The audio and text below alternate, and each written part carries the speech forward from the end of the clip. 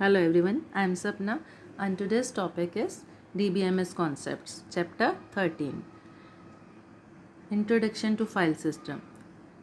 An abstraction to store, retrieve, and update a set of files is called file system. A file system also includes the data structure specify the sum of those abstraction.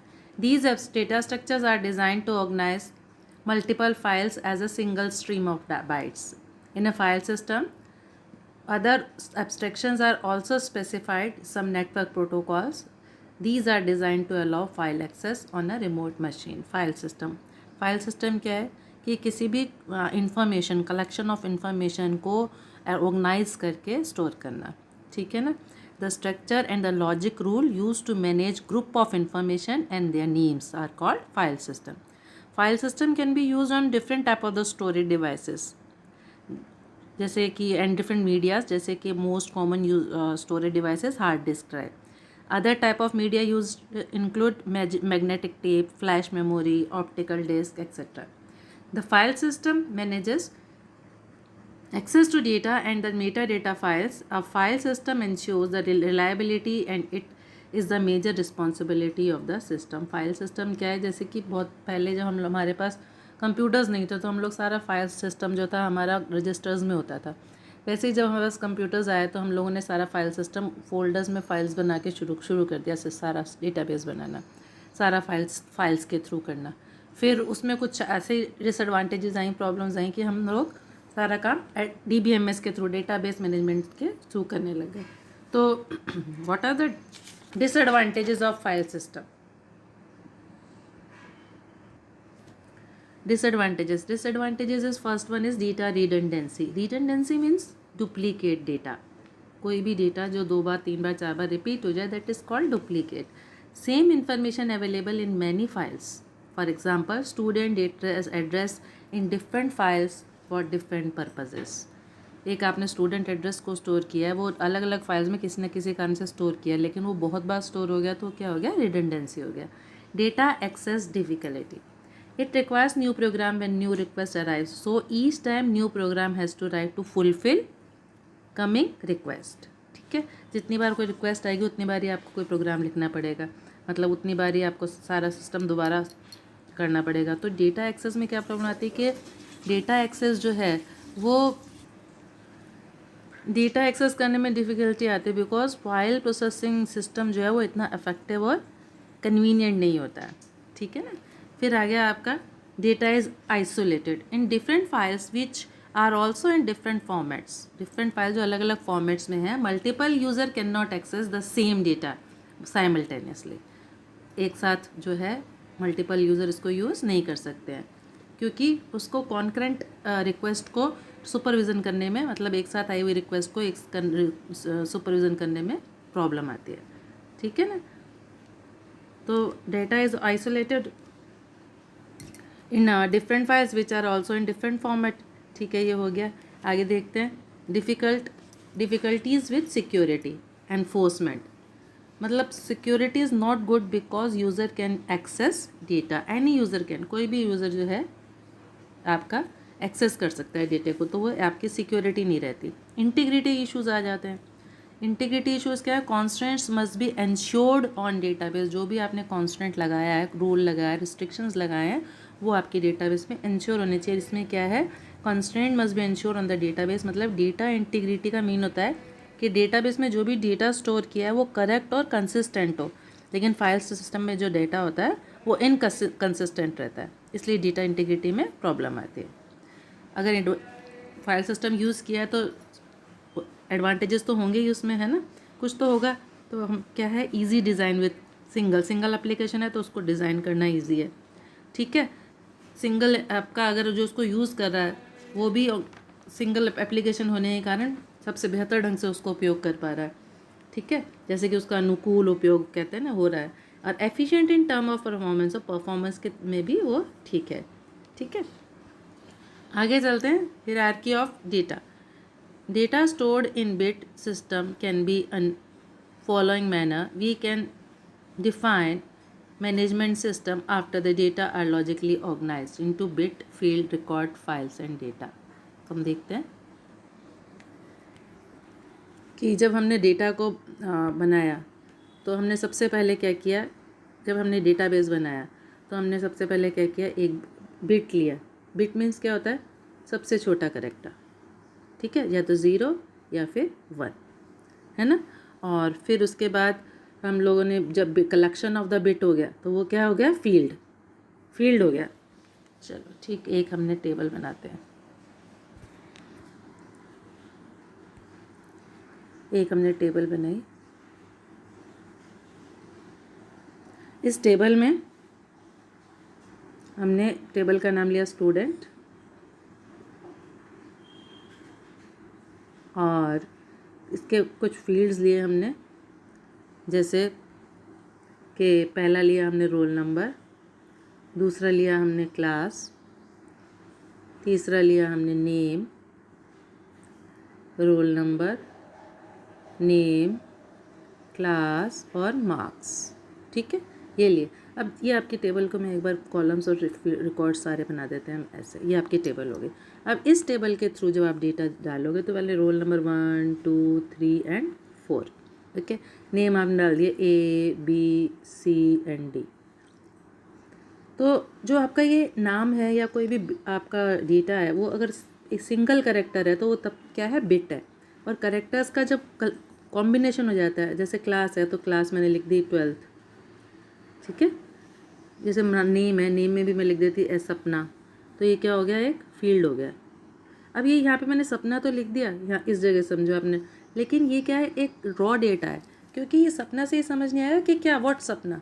तो जब तक मैं इसकी पूरी information fill नहीं कर दूँगी तब तक हमें ये रिकॉर्ड बनेगा नहीं, तब तक समझ नहीं आएगा। तो यानी कि जब पूरी इन्फॉर्मेशन दे दी तो वो क्या बन गया, रिकॉर्ड, ठीक है। और जब मैंने कलेक्शन ऑफ रिकॉर्ड्स कर दिया तो वो क्या बन गया, file.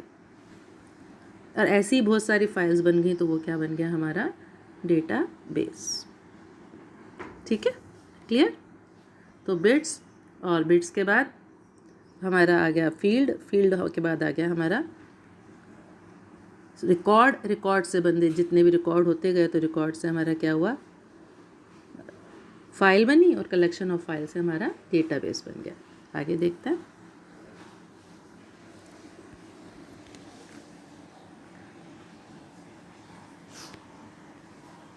Bit, fields, record and file, सबकी इसने डेफिनेशन दी हुई है तो पढ़ लेते हैं। A bit is the smallest unit of data representation, 0 और 1। Field consist of the grouping of the character. A data field represent an attribute of some entity. Records represent a collection of the attribute that describe the real world entity. File, a group of the related records. A primary key in a file is the field whose value identifies a record among the other data. अब क्या है कि file में बता रहे हैं कि हम लोग एक जो फ़ाइल बनाते हैं, फ़ाइल के अंदर हम एक ऐसी की देखते हैं जो कि जिसकी की वैल्यू है हमारी यूनिक, ओके। जैसे ये लिया मैंने, इसमें जब मैंने रोल नंबर लिया 1 2 3 4, ये हमारे क्या है, यूनिक है। और बाकी जितने भी हमारे रिकॉर्ड्स होंगे हो सकता है वो सिमिलर हों, जैसे किसी का नाम अगर अमित है तो दूसरे का भी किसी का अमित आ सकता है, ठीक है। मार्क्स सेम हो सकते हैं किसी के, ठीक है, मार्क्स भी किसी के सेम हो सकते हैं, क्लास भी सेम हो सकती है। तो वहाँ पे उस चीज़ को हम जो है आइडेंटिफाई नहीं कर सकते, क्यों, क्योंकि वो यूनिक नहीं है। अमित बोलूँगी तो क्या पता 4 अमित आ जाए, ठीक है, 25 मार्क्स आए वो आ जाओ तो क्या पता 6 जनों के आ जाए। तो यूनिकली आइडेंटिफाई किससे कर सकते हैं हम, रोल नंबर से, रोल नंबर 2, रोल नंबर 6। तो इस की को मैंने क्या असाइन कर दिया, प्राइमरी की असाइन कर दिया। तो अब प्राइमरी की असाइन करने के बाद मैं we can identify all the records using primary key. फिर डेटाबेस क्या है हमारा, डेटाबेस है to find out what database is, we have to start data which is the basic building block of DBMS। वही डेटा, रिकॉर्ड, DBMS। तो सबसे पहले data as a raw fact and figure, जिसकी कोई वैल्यू नहीं होती, मतलब कोई मीनिंग नहीं होता। एक डेटा लिख दिया, उसका कोई वैल्यू नहीं है जब तक उसका कंप्लीट आगे पीछे पूरा रिकॉर्ड नहीं दिया हुआ हो। Record means collection of the data. फिर उसके बाद डेटाबेस क्या है, collection of the inter related data of data files, ठीक है। This collection of data inter related, सबसे ऑर्गेनाइजेशन का कोई भी डेटा है, जो भी आप कितनी भी फाइल्स बना रहे हो, सब इंटर रिलेटेड होती हैं आपस में डेटाबेस बनाने के लिए, और उसको मैनेज करना, that is management system. DBMS management system is collection of interrelated data and a set of program to access that data. तो उसका गोल क्या है, क्यों DBMS फाइल सिस्टम के बाद DBMS क्यों शुरू करना चाहा हम लोगों ने. तो उसका फर्स्ट गोल क्या है कि manage large bodies of information, मतलब huge data we can store, provide convenient way to store. Okay. Third, efficient retrieval, बहुत आराम से उसका हम डेटा को देख भी सकते हैं. जितना ऐसा नहीं कि पूरा डेटाबेस में ही हमें कुछ सर्च करना पड़ जाएगा, जो सर्च करना है उसके पर्टिकुलर क्वेरी लिख देंगे तो पर्टिकुलर इन्फॉर्मेशन आ जाएगी. Safety and security of information stored in database, safety और सिक्योरिटी भी हमारे डेटाबेस में है. और avoiding the anomalies during the simultaneous, जब हम साइमल्टेनियस एक्सेस करते हैं तो जो जो प्रॉब्लम्स आती हैं वो भी दूर हो जाती हैं. That was the goal. अब advantages. Over conventional file system, DBMS has advantages. These advantages make DBMS more useful in more applications, in many applications. Removing data redundancy, जो सबसे बड़ी प्रॉब्लम थी फाइल सिस्टम में, redundancy की, duplication की, उसको दूर कर देता है. If same application is stored in many places, it will waste storage places and efforts. This redundancy problem is handled in DBMS. Sharing data. Sharing in data क्या होता है, computer DBMS many users can share the same data, means globally share we can use in a database. ठीक है, उसमें locally share कर सकते थे, इसमें हम ग्लोबली शेयर कर सकते हैं. Data integrity, we can maintain data integrity by specifying integrity constants which are rules and restriction about what kind of data may be entered और manipulated with the database. This increases the reliability of the database and it can be guaranteed that no wrong data can exist within the database at any point of time. कोई मतलब वही guarantee है कि अब data जो है गलत नहीं जाएगा अगर आप इंटीग्रिटी यूज़ कर रहे हो. तो इंटीग्रिटी क्या चीज़ हुई, इंटीग्रिटी मीन्स कोई भी रूल या रिस्ट्रिक्शन लगाना. जैसे कि अगर कोई आपका वोटिंग के लिए कोई आपका डेटाबेस क्रिएट हो रहा है, तो डेटाबेस के अंदर जहाँ पे आप एज एंटर कर रहे हो और गलती से वहाँ पे आपकी 6 एंटर हो गई या 14 एंटर हो गई या 2 एंटर हो गई इलेक्शन की वोटिंग की डेट एज, तो वो क्या होगा कि वो डेटाबेस बन जाएगा पूरा उसका, है ना. लेकिन यहाँ पे जो इंटीग्रिटी मैंने अप्लाई कर दी कि एज जो है आपको 18 या 18 से अबाव भी एंटर करनी है, तो आप जैसे ही 6 करोगे और आपका ध्यान नहीं, बाय मिस्टेक हो गई, तो 6 करते ही आपके मैसेज आ जाएगा सामने लिखा हुआ कि डोंट एंटर बिलो 18. जैसे ये मैसेज आप कुछ भी लिख सकते हो, ऐसे आ जाएगा, तो हम लोग समझ गए, तो हमें डेटाबेस में प्रॉब्लम नहीं आएगी. ठीक है ना. Next is data independence. The database utilise नहीं, application programs should be as independent as possible from the detail of data representation and storage. The DBMS can provide an abstract view of the data to insulate application code. Application code को बचाने के लिए for such detail. ठीक है, वो कह रहा है कि application program should be independent, in possible for independent होने चाहिए. डेटा इंडिपेंडेंस मतलब क्या है, मतलब ये है कि अगले लेवल में स्कीमा डिफाइन, मैं अभी बोलती हूँ लिख करके बताती हूँ आपको, लिख के ऐसे नहीं समझ आएगा, कि नेक्स्ट लेवल में स्कीमा नेक्स्ट लेवल जो है उसकी डेफिनेशन को बिना बदले एक लेवल में से स्कीमा डेफिनेशन को बदलने की एबिलिटी को डेटा इंडिपेंडेंस कहते हैं. नेक्स्ट लेवल की ये हमारी फिज़िकल लेवल, जो बॉटम लेवल होता है एब्स्ट्रैक्ट व्यू का, ठीक है, उससे ऊपर होता है हमारा लॉजिकल लेवल, जिसको कॉन्सेप्चुअल भी कहते हैं, और थर्ड होता है हमारा view level. Okay, view level. तो ये जो हमारा डेटाबेस है, ये जो एब्स्ट्रैक्शन व्यू है, इसमें कह रहा है कि आपकी जैसे अगले लेवल की स्कीमा डेफिनेशन को चेंज किए बिना आप इसमें चेंजेस कर दो. ठीक है, इसमें चेंजेस किए बिना आप इसमें चेंजेस कर दो. ये क्या है, डेटा इंडिपेंडेंस. तो ये दो तरह का होता है, जैसे physical and logical. Physical data independence, logical schema में चेंज किए बिना, लॉजिकल में चेंज किए बिना फिजिकल में चेंजेस कर दो. ओके, दूसरा लॉजिकल, व्यू में चेंजेस किए बिना लॉजिकल में चेंजेस कर दो। क्लियर? कि 3 आपके एब्स्ट्रैक्शन व्यू होते हैं और उसमें आपके जो है नेक्स्ट जो लेवल है उसमें चेंजेस भी किए बिना प्रीवियस में आप चेंज कर दो, दैट इज़ इंडिपेंडेंस। ओके, और आगे देखते हैं एफिशिएंट डेटा एक्सेस। नेक्स्ट अपना टॉपिक क्या है? एफिशिएंट डेटा एक्सेस, independence के after. Or DBMS utilize a variety of sophisticated techniques to store and retrieve the data efficiently. This feature is especially important if the data is stored on external storage device.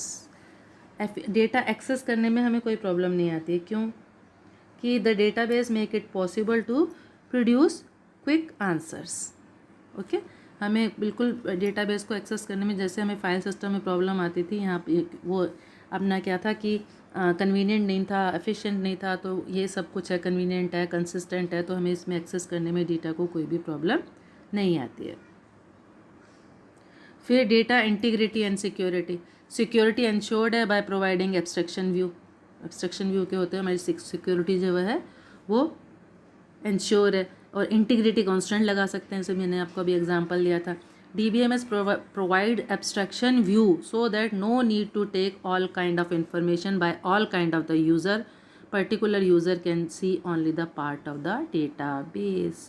Abstraction view है तो जिस जो part आपको देखना है उस part को देख सकते हो, ये नहीं कि आपको पूरा डाटाबेस ही देखना पड़े।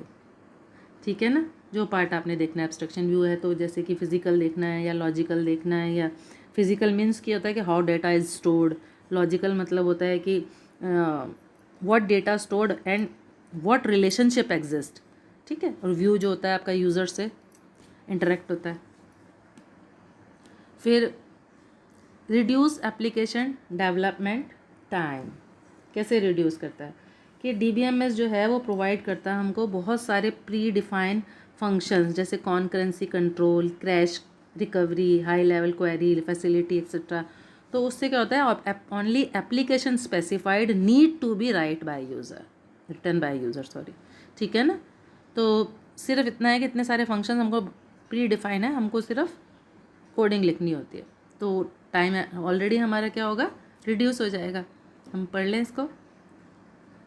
The DBMS support many important functions that are the common to many application accessing data stored in DBMS. Okay, so this in conjunction with the high level interface to the data क्या होता है, facilitate quick development of application. Recovery in DBMS. Recovery कैसे होती है? The process of restoring a database. It ensures that the database is reliable and remain in consistent state in case of failure. कोई fail होगा data तो वो उसको restore कर लेगा। During transaction failure, your database will be restored in its original state. Next topic is application of database. In almost all areas that DBMS has its application, some are जैसे कहाँ use होता है, जैसे banking में use होता है, airline में हम यूज़ कर सकते हैं, यूनिवर्सिटीज़ में यूज़ होता है, सेल्स में, मैन्युफैक्चरिंग में, ह्यूमन रिसोर्सेज में, सभी जगह हमारा डेटाबेस जो है काम में लिया जाता है। ठीक है, फिर एग्जांपल कौन कौन से हैं? There are number of the DBMS, बहुत सारे DBMS है करंटली यूज, जिससे कि आप क्या कर सकते हो, DBMS डेटाबेस बना सकते हो, जैसे ओरेकल, IBM, माइक्रोसॉफ्ट, CBS और इन्फोमिक्स। Along with commercial DBMS, one of the widely used open source DBMS in MySQL. Abstraction level in DBMS. As we have discussed, one of the main goal of the DBMS is to simplify the user's interaction with the database. That is, any kind of the user can easily and effectively retrieve information from database. Okay? वो बता रहे हैं कि हमने जैसे अभी देखा कि कोई भी किसी भी तरह का जो भी यूज़र है, किसी भी तरह की अपनी इंफॉर्मेशन को वो इजीली रिट्रीव कर सकता है डेटाबेस में से। और abstracted view of data help to hide certain detail of how data is stored and maintain. कुछ डेटा को हाइड करते हुए वो हमको हमसे जो रिलेटेड है वो डेटा हमको दिखा देता है। जैसे physical level, physical schema specifies how the relation are actually stored, okay. It also specify auxiliary data structure indexes use to speed up. ये हमारी एक इंडेक्स बनाने में भी हेल्प करता है कि उससे क्या होता है, अगर हमने इंडेक्स बना हुआ होता है डाटाबेस में तो जब सर्चिंग होती है तो उसकी स्पीड आराम से स्पीड जो है एक्सेस हो जाती है, ज़्यादा हो जाती है, बढ़ जाती है। क्यों? क्योंकि कोई चीज़ अगर आप अनऑर्डर्ड चीज़ आप ढूंढोगे और उसको ढूंढने में उतना टाइम लगेगा, लेकिन अगर आप ऑर्डर्ड ढूंढोगे तो 1 2 3 4 आपको 6th चाहिए तो आपको 5 के बाद 6 मिल जाएगा, लेकिन आपको 6 अनऑर्डर्ड में ढूंढना है जिसमें इंडेक्सेस नहीं है, तो उसको ढूंढने में आपको पूरा डेटाबेस देखना पड़ेगा, ठीक है ना। तो लॉजिकल लेवल, फिर logical level, the conceptual schema describe the data stored in the database and relationship among those data, okay. तो फिजिकल तो हो गया कि how data is stored in block of storage, जैसे बाइट्स, टेराबाइट्स, गीगाबाइट्स। और logical हो गया हमारा मिडल, वो था बॉटम, ये मिडल। कॉन्सेप्चुअल व्यू भी कहते हैं, what data stored and what relationship exist, इसमें होता है लॉजिकल में। For example, relational database describe all the relation stored in database. View level, the view level is the refinement of the conceptual schema. Top level, it allows customize and authorize access to individual user, access करता है individual अलग user को और groups को, ठीक है ना, use करने के लिए। Every database has conceptual and one physical schema, but it can have only can have many schemas at view level. A view मतलब आपका एक व्यू, आपका कॉन्सेप्चुअल भी है, फिजिकल भी है, लेकिन कॉन्सेप्ट जो व्यू लेवल है वो क्या क्या कह रहा है कि have many schemas of at view level. क्यों? क्योंकि a view level is conceptually a relation, but its record are not stored in database. Instead, they are computed from other relations. ठीक है, व्यू लेवल की क्या है, this is the highest level in 3 level, third जो है आपका top है। और architecture and close to the ये क्या है आपकी, ये आर्किटेक्चर जो है ये क्लोज टू द यूज़र है, ये थर्ड लेवल आर्किटेक्चर है, ये क्लोज टू द यूज़र है। It only shows the relevant database content to the user in form of view or hide the rest of the data, so different user can see the database as a different view as per their individual requirement। ये आपका physical है, फिर logical है, और जो view है आपका ये अलग अलग यूज़र्स जो हैं अपनी रिक्वायरमेंट के हिसाब से इंडिविजुअल अपना डेटा देख सकते हैं, ठीक। Schemas and instance. Schemas and instance. A schema is a description, मतलब overall design of the data in term of the data model. We can say about a program, about a schema, that a schema is a specification of how data is to be structured logically and rarely changed. In the relational model of the schema, relational name, field का नाम, data type, field का नाम, data type, field का नाम, data type, ये क्या है आपके, जैसे एग्जांपल दिया पहले सिंटैक्स है, अब एग्जांपल है, रिलेशन का नाम है स्टूडेंट, फील्ड है रोल नंबर, डेटा टाइप है इंट, फिर है name character, age integer, class character, ये आपका overall design is called schema. And instance on the other hand represent the content of the schema at any particular moment of the time, which changes rapidly but always confirms the schema. We can compare schema and instance with the type and the objects of type in a programming language. An instance of the student relation can be represented as, नीचे दिया हुआ है figure, इसमें देखो आपका overall जो आपका design दिया हुआ है, रोल नंबर है, नेम है, एज है और क्लास है, ये आपका स्कीमा है, और कंटेंट जो है वो आपके क्या हैं, इंस्टेंस है, ठीक है। Schema is a formal description of structure of database, whereas instance is the set of information currently stored in the database at a specific time, ठीक है। Schema is a complete design of database, it is a collection of named object, the name of the table, column, data type, trigger, function, etcetera. The change in schema are not applied so frequently. An instance is the information collection in the database at some specific moment. ठीक है, ये हो गया आपका। अब database language हम next video में करेंगे। ओके।